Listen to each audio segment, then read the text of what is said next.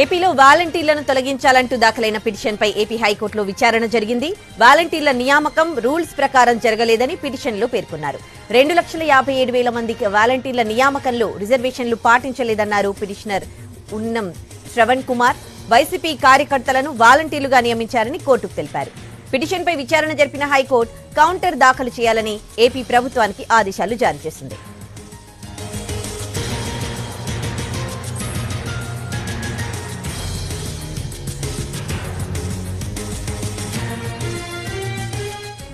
ఏపీలో వాలంటీర్లను తొలగించాలంటూ దాఖలైన పిటిషన్పై ఏపీ హైకోర్టులో విచారణ జరిగింది.